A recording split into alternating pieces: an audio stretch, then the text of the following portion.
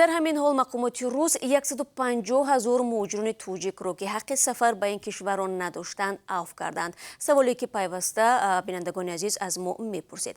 дар ин бора Вадим Кожинов, раҳбари Федератсияи муҳоҷирони Русия, дар як навори видеоӣ хабар дод. Вадим Кожинов гуфт, ин авф онҳоеро фаро гирифт ки аз сӯи вазорати корҳои дохилӣ вурудашон ба қаламрави Русия мамнӯъ буд. муҳоҷироне ки бо қарори додгоҳ аз Русия депорт гардида буданд, ҳамоно имкони бозгаштро надоранд, яъне ба гурӯҳи авфшудаҳо шомил нестанд. ба қавли Кожинов, раванди авф аз 18 августи имсол оғоз гардида, аллакай маълумот дар ҳамаи бойгониҳо дастрас аст. бинобар ин бояд муҳоҷирон тариқи вебсайти вазорати корҳои дохилӣ исми худро тафтиш кунанд ки ба рӯйхати авфшудаҳо ворид шудаанд ё не. тибқи омури вазорати меҳнат ва муҳоҷирати Тоҷикистон, то кунун беш аз 270 000 шаҳрванди ин кишвар аз ҳаққи вуруд ба Русия маҳрум буданд.